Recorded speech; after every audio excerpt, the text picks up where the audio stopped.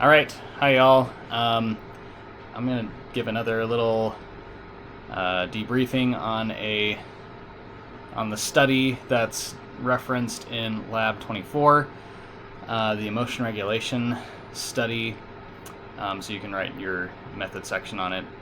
Now this data is fictitious. I just generated it on the internet, but just with a randomizer. But the study is pretty closely aligned with, or at least part of a study that I was involved in as a grad student, and my advisor was Dr. Brett Froliger.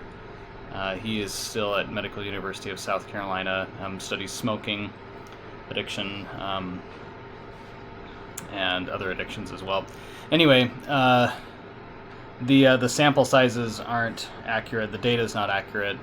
A lot of this design that I'll tell you, some of the numbers are fudged a bit, but the basic structure of the design is real, a real study that was conducted. So I'll do the same kind of deal.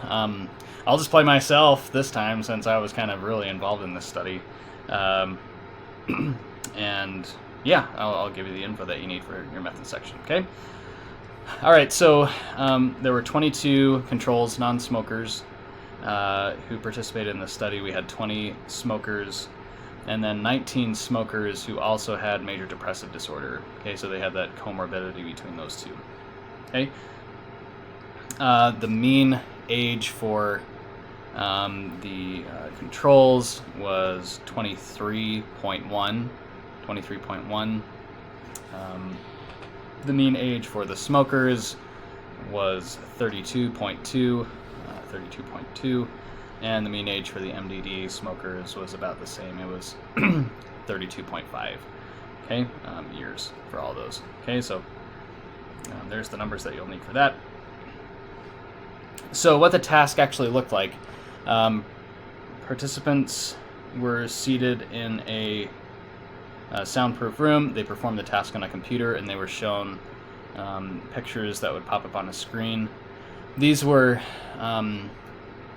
negative emotional images, okay, so arousing images, things like depictions of violence, and some were just kind of had a sad tone to them, like pictures of people at a funeral, or just people crying. Sometimes it was like ships sinking or houses on fire or things like that. Okay, so negative emotional stimuli. And there were about 40 trials in which they saw a negative emotional picture. There were 40 trials in which they saw a negative emotional picture, and they were instructed to just view the image passively. Okay.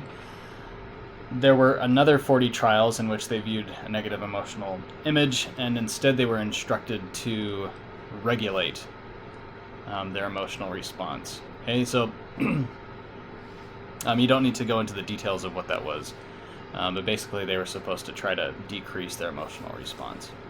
Okay, and then they rated the images on a scale from 1 to 8, 1 being most negative and 8 being most positive. Now, the actual data was different scores that were computed for each person. Okay, so the the average difference between the regulate trials and the view trials. Okay, so you can see that most of them ended up being positive because you hopefully had a higher response, a higher rating for the regulate trials than you did for the view trials. So hopefully there was a boost in your emotional response. But there were some negative that you saw there too.